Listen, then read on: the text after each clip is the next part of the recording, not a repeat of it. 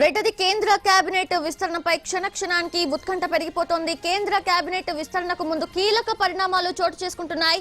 కేంద్ర మంత్రి పదవులకు హర్షవర్ధన్, రమేష్ పోఖ్రియాల్, సంతోష్ గాంగ్వార్, సదానంద గౌడ, దేవశ్రీ చౌదరి, సంజయ్ ధోంత్రే, ధన్వీ పాటిల్ రాజీనామా చేశారు. బెర్త్ కన్ఫర్మ్ అనుకున్న వాళ్ళు మోదీ నివాసానికి వచ్చారు. ఇప్పటికే హోం మంత్రి అమిత్ షా, పార్టీ అధ్యక్షుడు నడ్డా ప్రధాని నివాసంలో ఉన్నారు. ఇక ప్రధాని మోదీని భూపేందర్ యాదవ్, మీనాక్షి లేఖి, నారాయణ రానే, ప్రీతం ముండే, అనుప్రియా పటేల్, అనురాగ్ ఠాగూర్, సెంథన్ ఠాగూర్, సునీతా దుగ్గల్, శోభా కరంధలాజే, అజయ్ భట్, జ్యోతిరాదిత్య సింధియా, సర్బానంద సోనోవాల్, కపిల్ పాటిల్ కలిశారు. మరోవైపు కేంద్ర హోంశాఖ సహాయ మంత్రిగా ఉన్న కిషన్ రెడ్డికి ప్రమోషన్ ఇచ్చే అవకాశాలున్నట్లు తెలుస్తోంది.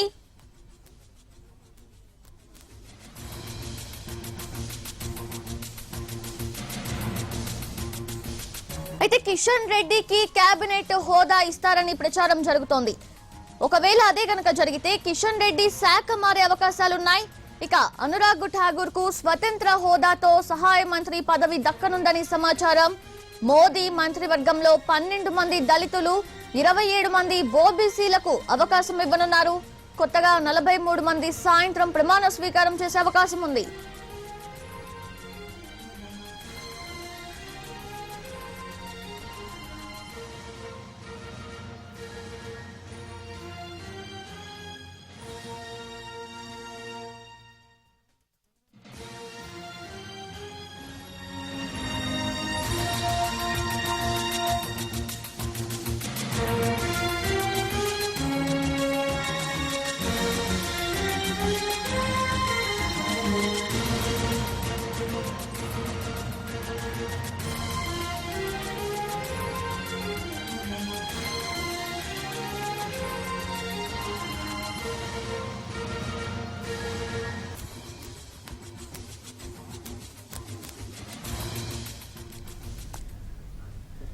రేటది కేంద్ర కేబినెట్ విస్తరణపై క్షణక్షణానికి ఉత్కంఠ పెరిగిపోతోంది.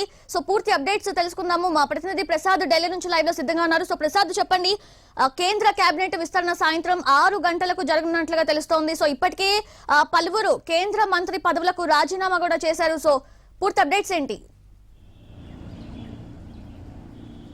మొత్తం 43 మంది కేంద్ర మంత్రివర్గంలో ప్రమాణ స్వీకారం చేయబోతున్నారు. వీటిలో దాదాపు 20 మంది కేబినెట్ హోదా కానీ లేకపోతే స్వతంత్ర హోదాతో కూడినటువంటి సహాయ మంత్రి పదవులు కానీ లభించే అవకాశం ఉంది. మిగిలిన 23 మంది కూడా సహాయ మంత్రులుగా ఉంటారు. వీరందరూ కూడా కొత్త వారికి అవకాశం ఇచ్చడం జరిగింది. ఈ నేపథ్యంలో అనేకమైనటువంటి అంశాలను పరిగణలో తీసుకుని మహిళలకు, విద్యార్థికులకు అవకాశం ఇవ్వడం జరిగింది. దాదాపు 7 సహాయ మంత్రులకు పదోన్నతి లభించబోతుంది. ఈ 7 సహాయ మంత్రుల్లో హర్దీప్ సింగ్ పురి ఉన్నారు, అదేవిధంగా అనురాగ్ ఠాగూర్ ఉన్నారు, కిషన్ రెడ్డి ఉన్నారు, అదేవిధంగా కిరణ్ రిజిజు ఉన్నారు, రూపాలా ఉన్నారు. వీరందరికీ కూడా సహాయ మంత్రి పదవుల నుంచి కేబినెట్ పదవి లేకపోతే స్వతంత్ర హోదాతో కూడినటువంటి సహాయ మంత్రి పదవులు లభించబోతున్నాయి. ఈ నేపథ్యంలో ఢిల్లీ నుంచి మీనాక్షి లేఖికి కేబినెట్ మంత్రివర్గ విస్తరణలో స్థానం లభించబోతుంది. ఢిల్లీలో ఉన్నటువంటి ఎన్నికలు, అదేవిధంగా యూపీలో జరగబోయే ఎన్నికలు, వీటన్నిటిని దృష్టిలో పెట్టుకొని హిమాచల్ ప్రదేశ్ లాంటి రాష్ట్రాలకు కూడా అత్యంత ప్రాధాన్యత ఇవ్వడం జరిగింది. ప్రధానంగా 5 మంత్రులు మొత్తం ఈ కేంద్ర మంత్రి గురించి తప్పుకున్నారు. హెచ్ఆర్డీ మినిస్టర్, ఎడ్యుకేషన్ అంటే విద్యాశాఖ మంత్రి చేరినటువంటి కేబినెట్ హోదా మంత్రి, అదేవిధంగా సహాయ మంత్రులు ఇద్దరు కూడా రాజీనామా చేయడం జరిగింది. రమేష్ పోఖ్రియాల్ అనారోగ్య కారణాల రీత్యా, అదేవిధంగా సంజయ్ సహాయ మంత్రిగా ఉన్నారు, విద్యాశాఖ సహాయ మంత్రిగా ఉన్నారు. ఆయన కూడా పనితీరు సామర్థ్యం పట్ల దృష్టిలో పెట్టుకొని ఆయన్ని తొలగించడం జరిగింది. ఇతర సమీకరణలు కూడా దీన్ని దృష్టిలో పెట్టుకొని ఆయన్ని మంత్రి పదవి నుంచి తొలగించడం జరిగింది. ఇకపోతే హెల్త్ మినిస్టర్ ఇద్దరు కూడా కేబినెట్ హోదా హర్షవర్ధన్, అదేవిధంగా అశ్విన్ చౌబే ఆయన కూడా ఇద్దరు కూడా రాజీనామా చేయడం జరిగింది. ఈ రకంగా 5 మంత్రులకి ఉద్వాసన లభించింది. దాదాపు 43 మంది ఈ కేంద్ర మంత్రివర్గ విస్తరణలో ప్రమాణ స్వీకారం చేయబోతున్నారు. దాదాపు 20 మంది ఈరోజు ఉదయం ప్రధానమంత్రి నివాసానికి వెళ్ళి వాళ్ళంతా కూడా ప్రధాని స్వయంగా కలుసుకోవడం జరిగింది. కేవలం కేబినెట్ హోదా, అదేవిధంగా స్వతంత్ర హోదాతో కూడినటువంటి సహాయ మంత్రులుగా ఎవరైతే మరలా ప్రమాణ స్వీకారం చేయబోతున్నారో వారందరూ, అంటే కొత్త వారు ఉన్నారు దాంట్లో, అదేవిధంగా సహాయ మంత్రులుగా చేసినటువంటి 7 కూడా ఉన్నారు. వారందరూ కూడా ప్రధానమంత్రిని స్వయంగా కలుసుకొని ప్రత్యక్షంగా ఆయన ప్రభుత్వం యొక్క లక్ష్యాలను నిర్దేశించడం జరిగింది. వారి నుంచి ఏం ఆశిస్తున్నారు అన్న అంశాన్ని కూడా చాలా స్పష్టంగా ప్రధానమంత్రి తెలియజేయడం జరిగింది. మహిళలకు ఎక్కువగా అవకాశం ఇవ్వడం జరిగింది. అదేవిధంగా మహారాష్ట్ర నుంచి ప్రధానంగా చూసుకున్నట్లయితే దాదాపు ఎక్కువగా మహారాష్ట్ర నుంచి కొత్త వారికి అవకాశం ఇవ్వడం జరిగింది. దర్శన్ జరదోషుతో పాటు మహారాష్ట్ర నుంచి డాక్టర్ భారతి పవార్కు, అదేవిధంగా కపిల్ పాటిల్, భగవత్ కారాదు, నారాయణ రాణి నుంచి మహారాష్ట్ర నుంచి వారికి ప్రాతినిధ్యం లభించబోతుంది. ఇక యూపీ నుంచి అయితే బిఎల్ వర్మ, కౌశల్ కిషోరు, ఎస్పీ సింగ్ బఘేల్, అజయ్ మిశ్రా, వీరందరికీ కూడా అజయ్ మిశ్రా అయితే అత్యంత పిన్న వయస్కుడిగా కేంద్ర మంత్రివర్గంలో స్థానం లభించబోతున్నటువంటి అజయ్ మిశ్రా సుదీర్ఘ కాలం పాటు బీజేపీ యువనేతగా ఉన్నాడు, యువమోర్చా అధిపతిగా ఉన్నాడు. అదేవిధంగా బీజేపీలో కూడా చాలా కీలకమైనటువంటి పాత్ర పోషించిన అజయ్ మిశ్రాకు కూడా ఈ కేంద్ర మంత్రివర్గంలో స్థానం లభించబోతుంది. అదేవిధంగా అన్ని రాష్ట్రాల్లో ఉన్నటువంటి ఉప ప్రాంతాలకు సామాజిక సమీకరణను దృష్టిలో పెట్టుకొని మంత్రివర్గంలో ఈ మార్పులు చేర్పులు చేయడం జరిగింది. అదేవిధంగా కొత్త శాఖను కూడా సహకార శాఖ మంత్రిత్వ శాఖను కూడా క్రియేట్ చేయడం జరిగింది. ఆ సహకార శాఖ మంత్రిగా కిషన్ రెడ్డికి బాధ్యతలు కేబినెట్ హోదాతో ఇచ్చే అవకాశాలు ఉంటుండగా చాలా బలంగా రాజకీయ వర్గాల్లో చర్చ జరుగుతుంది. ఈ నేపథ్యంలో కొన్ని అంశాలను కనుక మనం దృష్టిలో చూసుకున్నట్టయితే మైనార్టీలకు మొత్తం 5గురికి మంత్రి పదవులు లభించాయి. వీరిలో 3గురికి కేబినెట్ హోదా లభించింది. 25 మంది మొత్తం ఓబీసీ మంత్రులు ఉండగా కేబినెట్ విస్తరణలో కానీ మొత్తంగా కానీ చూసుకున్నట్టయితే 25 మంది ఓబీసీ మంత్రులు ఉన్నారు. వారిలో దాదాపు 5గురికి కేబినెట్ హోదా ఉంది. 8 మంది ఎస్టీ మంత్రుల్లో 3గురికి కేబినెట్ హోదా ఉంది. అదేవిధంగా 12 మంది ఎస్సీ మంత్రులు 2కు కేబినెట్ హోదా ఉంది. ముఖ్యమంత్రులు నారాయణ రాణే ఉన్నారు. అదేవిధంగా సోనేవాలాకు ఈ కేంద్ర మంత్రివర్గ విస్తరణలో అత్యధిక ప్రాధాన్యత ఇవ్వబోతున్నారు. అదేవిధంగా జేడీయూ భాగస్వామ్య పక్షంగా ఉన్నటువంటి జేడీయూ కూడా కొత్తగా మంత్రివర్గంలో చేరబోతుంది. జేడీయూకి సంబంధించి గతంలోనే బీహార్లో అసెంబ్లీ ఎన్నికల సందర్భంగా నితీష్ కుమార్ నేతృత్వంలో ఉన్నటువంటి జేడీయూకు, జనతాదళ యునైటెడ్కు తక్కువ సంఖ్యలో స్థానాలు వచ్చాయి. అదేవిధంగా బీజేపీకి ఎక్కువ స్థానాలు వచ్చినప్పటికీ కూడా నితీష్ కుమార్ని ముఖ్యమంత్రి చేసేందుకు బీజేపీ అగ్రనాయకత్వం అవకాశం ఇచ్చింది. అప్పట్లోనే కేంద్ర మంత్రివర్గంలో జనతాదళ యునైటెడ్కు ఒక కేబినెట్ పదవి ఇచ్చేందుకు ప్రతిపాదించగా ఆ మేరకు జనతాదళ నాయకత్వం దాన్ని తిరస్కరించింది. ఎక్కువ సంఖ్యలో ఉన్నటువంటి బీహార్ నుంచి బీజేపీకి 17 మంది ఎంపీలు ఉండగా 16 మంది జేడీయూకి ఉన్నారు. ఈ నేపథ్యంలో కేబినెట్ మంత్రివర్గంలో కూడా కేంద్ర మంత్రివర్గంలో కూడా తగినంత ప్రాధాన్యత కావాలని జనతాదళ యునైటెడ్ కోరింది. దానికి సంబంధించి తర్జన భర్జన జరిగాయి. ఈసారి అంటే రెండోసారి మోడీ నాయకత్వంలో ప్రభుత్వం ఏర్పడిన తర్వాత తొలిసారిగా జరుగుతున్న ఈ మంత్రివర్గ విస్తరణలో ఎట్టకేలకు జనతాదళ యునైటెడ్ కూడా కేంద్ర మంత్రివర్గంలో ఒక భాగస్వామ్య పక్షంగా చేరబోతుంది. ఒక కేంద్ర మంత్రి పదవి, 3గురికి సహాయ మంత్రి పదవులు ఇచ్చేందుకు ఇచ్చినటువంటి ప్రతిపాదనను జనతాదళ యునైటెడ్ జాతీయ అధ్యక్షుడు ఆర్సీపీ సింగ్ మాట్లాడి ఆ మేరకు ఒక సయోధ్య కుదుర్చుకోవడం జరిగింది. ఆ మేరకు ఇది మార్గం సుగమైంది. ఇకపోతే లోక్ జనశక్తి పార్టీ మరొక భాగస్వామ్య పక్షంగా ఉంది. రామ్విలాస్ పాస్వాన్ తమ్ముడు రామ్విలాస్ పాస్వాన్ గత ఏడాది మరణించగా రామ్విలాస్ పాస్వాన్ సోదరుడు పశుపతి పారస్ నేతృత్వంలో తిరుగుబాటు జరిగింది. ఆ మేరకు మొత్తం లోక్ జనశక్తి పార్టీ కూడా ఆయన కైవసం చేసుకున్నారు. రామ్విలాస్ పాస్వాన్ కుమారుడు చిరాగ్ పాస్వాన్ ఆశించినప్పటికీ కూడా ఆ మేరకు ఫలితం లభించలేదు. రామ్విలాస్ పాస్వాన్ సోదరుడు పశుపతి పారస్కు ఈసారి మంత్రివర్గంలో స్థానం లభించబోతుంది. ప్రధానమంత్రిని ఉదయం కలిసినటువంటి 20 మందిలో ఆయన కూడా ఒకరుగా ఉన్నారు. ఆయన కూడా మంత్రివర్గంలో మంత్రిగా ప్రమాణ స్వీకారం చెబుతున్నారు ఈరోజు సాయంత్రం. ఇకపోతే అపరాధులు యూపీకి సంబంధించి అపరాధుల నేత అయినటువంటి అనుప్రియ పాటిల్కి కూడా ఈసారి మంత్రివర్గంలో స్థానం లభించబోతుంది. ఈరోజు ఉదయం కలిసిన 20 మంది ఆశావహులు మంత్రుల్లో ఆమె కూడా ఉన్నారు. ఆమెకు కూడా కేబినెట్ మంత్రివర్గ విస్తరణలో స్థానం లభించబోతుంది. యూపీలో వచ్చే మార్చిలో ఎన్నికలు జరగబోతున్న ఈ తరుణంలో భాగస్వామ్య పక్షానికి తగినంత ప్రాధాన్యతనివ్వాలి. అదేవిధంగా ఏ భాగస్వామ్య పక్షానికి కూడా విస్మరించలేదు ఒక సందేశాన్ని ఇచ్చేందుకు యూపీలో ఉన్నటువంటి ప్రాముఖ్యత రీత్యా ఆ మేరకు రాజకీయాల రీత్యా అనుప్రియ పాటిల్కి కూడా ఈసారి స్థానం లభించింది. గతంలో తొలిసారి మోడీ మంత్రివర్గంలో ఉన్నప్పటికీ కూడా రెండోసారి మాత్రం ఆమెకు అవకాశం లభించలేదు. ఈసారి ఆమెకి అవకాశం ఇవ్వడం జరిగింది. ఇకపోతే మొత్తం 68 మంది మొత్తం మంత్రుల్లో 81 మంది ఉండేందుకు అవకాశం ఉంది నియమ నిబంధనల ప్రకారం. ఈ మొత్తం 81 మందిలో 68 మంది పట్టభద్రులు కాగా 3 MBA డిగ్రీలు ఉన్నారు. అదేవిధంగా 7గురికి PhDలు ఉన్నాయి. ఇకపోతే ఇంజనీర్లు, డాక్టర్లు వీటన్నిటిని కూడా దృష్టిలో పెట్టుకున్నట్టు చూసినట్లయితే వీరందరూ కూడా తగిన ప్రాధాన్యత లభించింది. ఇకపోతే అన్ని అంశాలను దృష్టిలో పెట్టుకొని బీజేపీ అగ్రనాయకత్వం అదేవిధంగా మోడీ ఈసారి సంఘ పరివారు కూడా స్వయంగా ప్రత్యక్షంగా ఈ కూర్పులో తన ప్రత్యక్షంగా పాల్గొనడం జరిగింది. వారు సూచించిన వారికి అవకాశం ఇచ్చేందుకు కూడా పూర్తి స్థాయిలో మోడీ ఒప్పుకోవడం జరిగింది. బీజేపీ నాయకత్వం కూడా ఆ మేరకు మొగ్గు చూపింది. ఎప్పుడు కూడా సంఘ పరివారు చెందినటువంటి నేతలు ఎవరు కూడా ప్రత్యక్షంగా ఇలాంటి కూర్పులో పాల్గొనరు. వారు కేవలం ప్రధానమంత్రికి ఆ స్వేచ్ఛ ఉంటుంది. ప్రధానమంత్రి చేసినటువంటి ఏ ప్రతిపాదన కూడా అవసరమైతే ఎస్ అంటారు, లేకపోతే నో అంటారు. ఈసారి మాత్రం ఎవరెవరికి ఇవ్వాలి, ఏ రకంగా దీని ఏ ప్రాతిపదికన ఎవరెవరిని ఎంచుకోవాలన్న అంశంపై కూడా పూర్తి స్థాయిలో నిర్ణయం తీసుకోవడం జరిగింది. ఆ నిర్ణయ భాగస్వామ్యంలో వీళ్ళు కూడా సంఘ పరివార నేతలు కూడా పాల్గొనడం జరిగింది. మొత్తం ఐఏఎస్, ఐపీఎస్, అఖిల భారత సర్వీస్ చెందినటువంటి దాదాపు 7 సివిల్ సర్వెంట్స్ ఈసారి మంత్రివర్గంలో స్థానం లభించబోతుంది. ఇంజనీర్లు 5 ఉన్నారు, అదేవిధంగా డాక్టర్స్ 6 ఉన్నారు, 13 మంది లాయర్లు ఉన్నారు ఈ మంత్రివర్గ విస్తరణలో మొత్తం కలుపుకొని. ఈ రకంగా కర్ణాటక నుంచి 4 కొత్తగా అవకాశం ఇవ్వడం జరిగింది.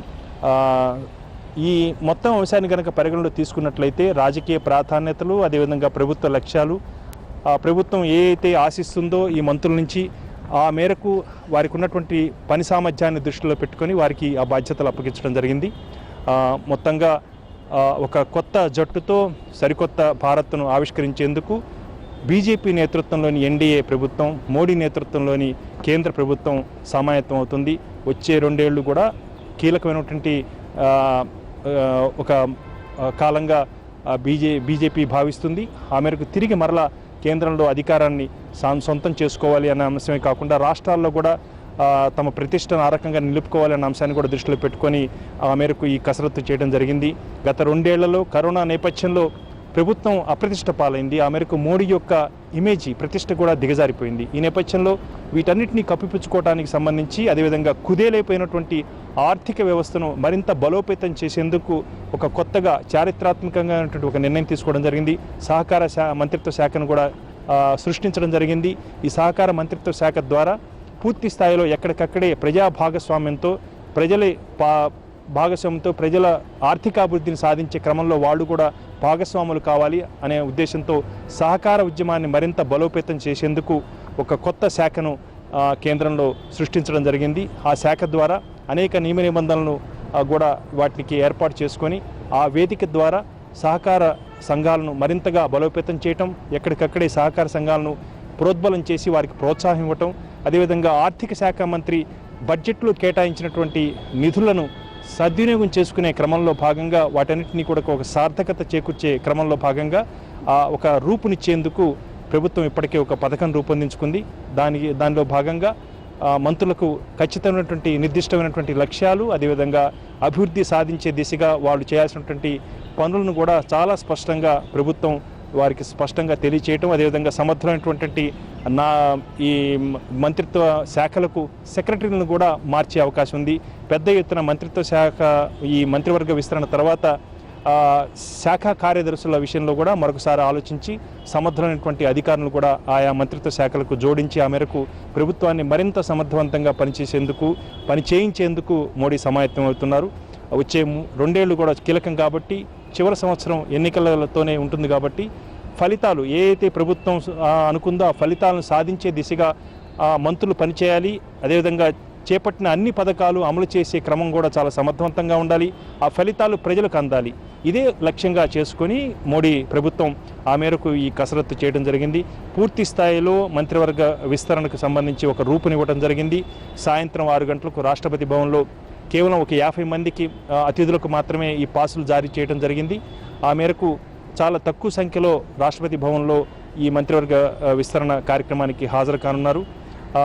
మిగిలిన కీలకమైనటువంటి శాఖలు ఎవరికి కూడా ఎక్కడ కూడా మార్పులు ఉండవు. రక్షణ శాఖ కానీ, హోంశాఖ కానీ, అదేవిధంగా ఆర్థిక శాఖ కానీ ఇక్కడ మార్పులు ఉండవు. కానీ మిగిలిన శాఖలన్నింటిలో కూడా కొద్దిపాటి మార్పులు ఉండొచ్చు. సహాయ మంత్రులు కూడా అవసరమైతే ఇప్పుడు చేస్తున్నటువంటి సహాయ మంత్రులు కూడా ఇతర శాఖలకు ఏదైనా సహాయ మంత్రులుగా పంపించదలుచుకుంటే వారుగా కొత్తగా మరలా ప్రమాణ స్వీకారం చేసేందుకు ఏమాత్రం కూడా అవసరం లేదు. ఆ నేపథ్యంలో మొత్తం 43 మంది ఈరోజు ప్రమాణ స్వీకారం చేయబోతున్నారు. రెండోసారి మోడీ నేతృత్వంలో ప్రభుత్వం ఏర్పడిన తర్వాత తొలిసారిగా జరగబోతున్నటువంటి అతిపెద్ద మంత్రివర్గ విస్తరణ అన్ని ప్రాంతాలకు, అన్ని రాష్ట్రాలకు, అన్ని సామాజిక వర్గాలకు కూడా సమప్రాధాన్యతను, అదేవిధంగా ఎక్కడైతే బలం లేని రాష్ట్రాలకు కూడా దానికి సంబంధించి కూడా పరిగణలో తీసుకొని ఆయా రాష్ట్రాలకు బీజేపీ ప్రాతినిధ్యం కల్పించే క్రమంలో భాగంగా అధికార పార్టీ బీజేపీ అక్కడ రాజ్యాంగ పదవులను కూడా ఇవ్వడం జరిగింది.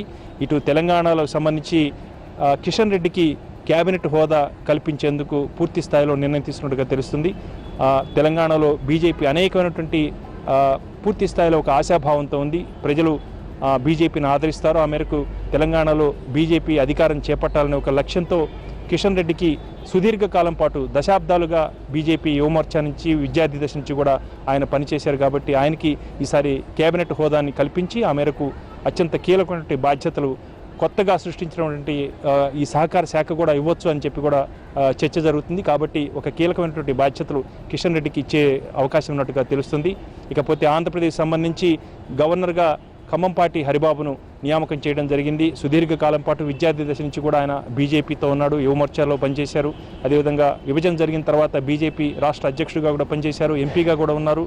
ఆయన నిబద్ధత అదేవిధంగా సుదీర్ఘకాలం పాటు బీజేపీ చేసినటువంటి పనితీరును దృష్టిలో పెట్టుకొని మిజోరం గవర్నర్గా ఆయన నియామకం చేయడం జరిగింది. అటు ఆంధ్రప్రదేశ్కి కూడా రాజ్యాంగ పదవి ఇవ్వడం ద్వారా ఒక సమతుల్యాన్ని భావించినట్టుగా అధికార బీజేపీ వర్గాల నుంచి అందుతున్న సమాచారం బట్టి తెలుస్తుంది.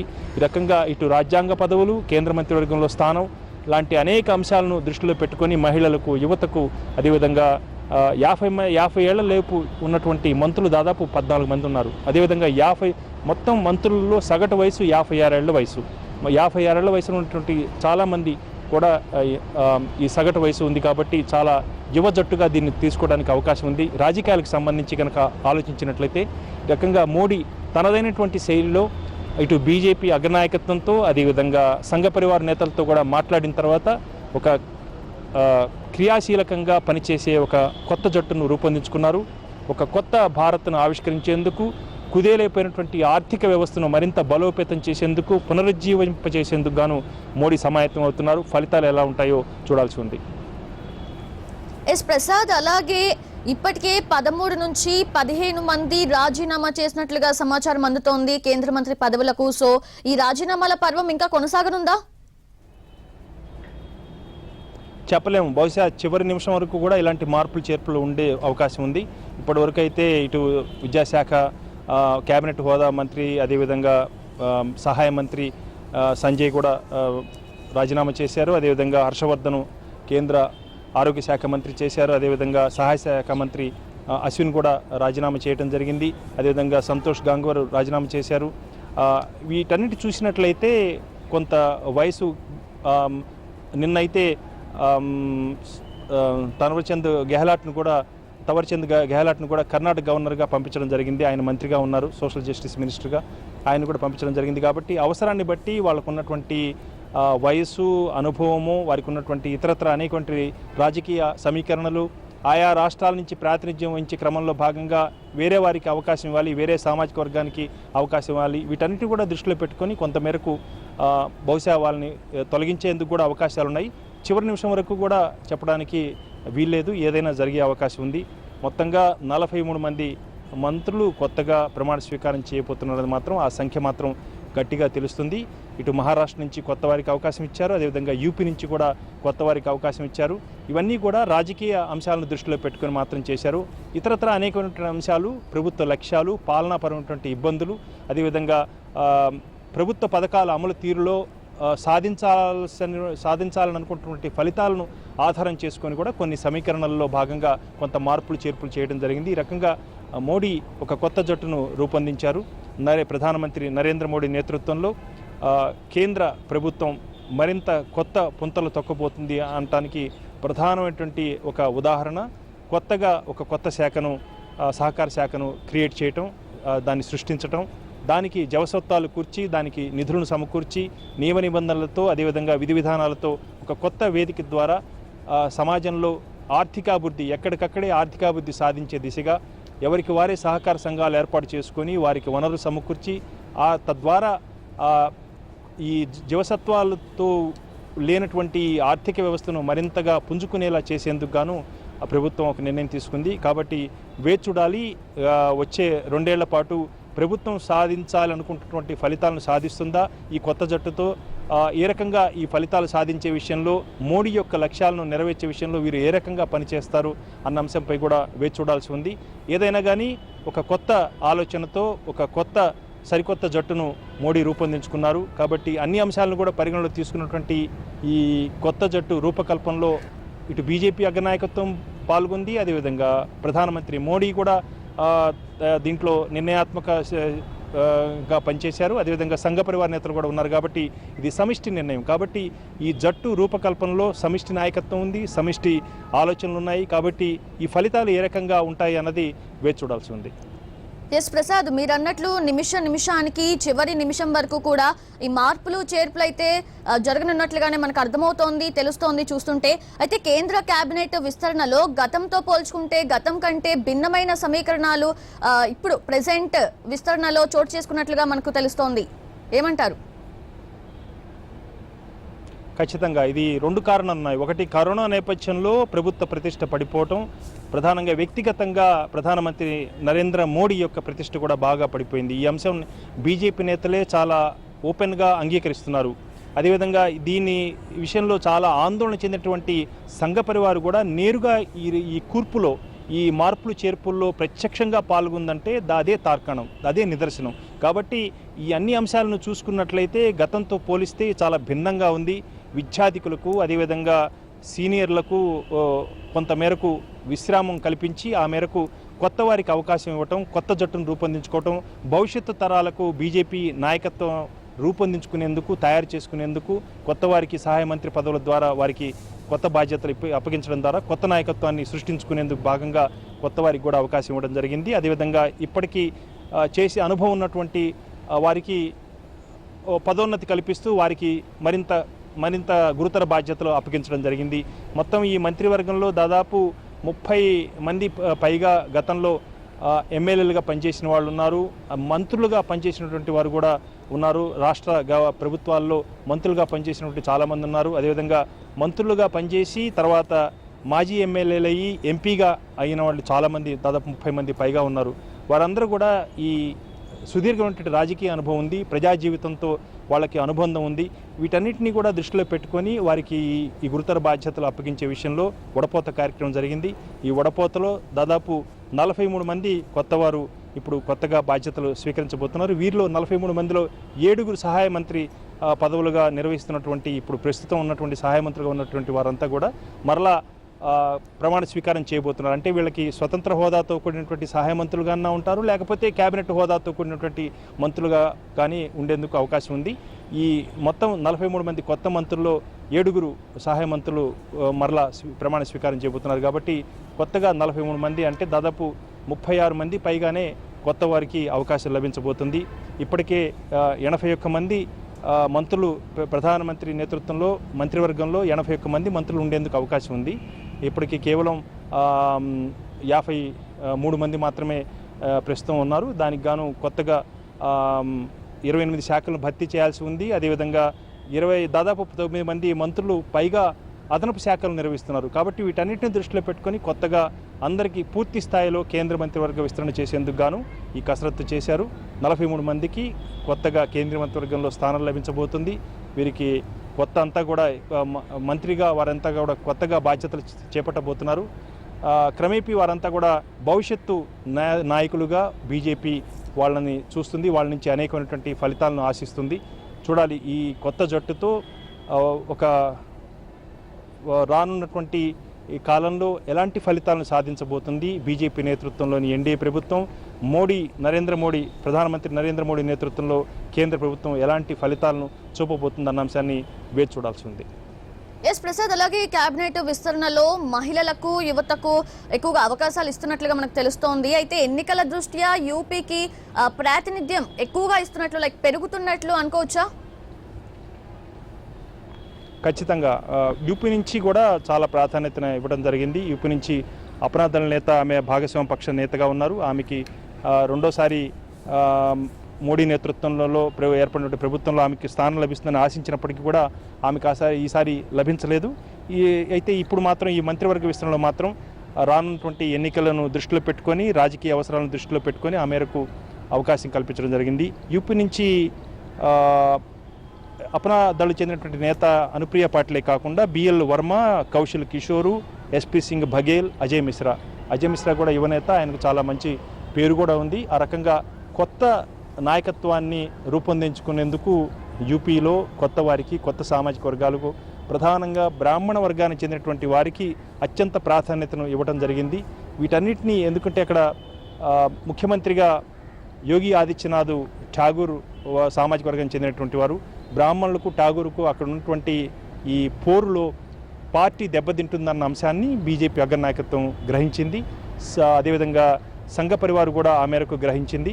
ఈసారి బ్రాహ్మణ వర్గానికి అత్యధికమైనటువంటి అవకాశం ఈ కేంద్ర మంత్రివర్గ విస్తరణలో లభించబోతుంది.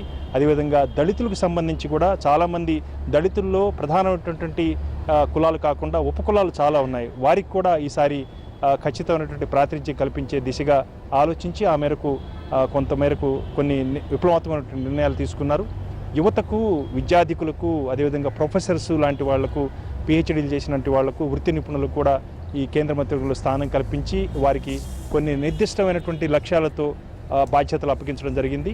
చూడాలి వారి యొక్క పనితీరు ఏ రకంగా ఉండబోతుందో, మోడీ ఆశించిన మేరకు వాళ్ళు ఏ రకంగా పని చేయబోతున్నారు అన్న అంశాన్ని వచ్చే 2 ఏళ్లలో మనం చూడబోతున్నాం. రైట్. Thank you Prasad.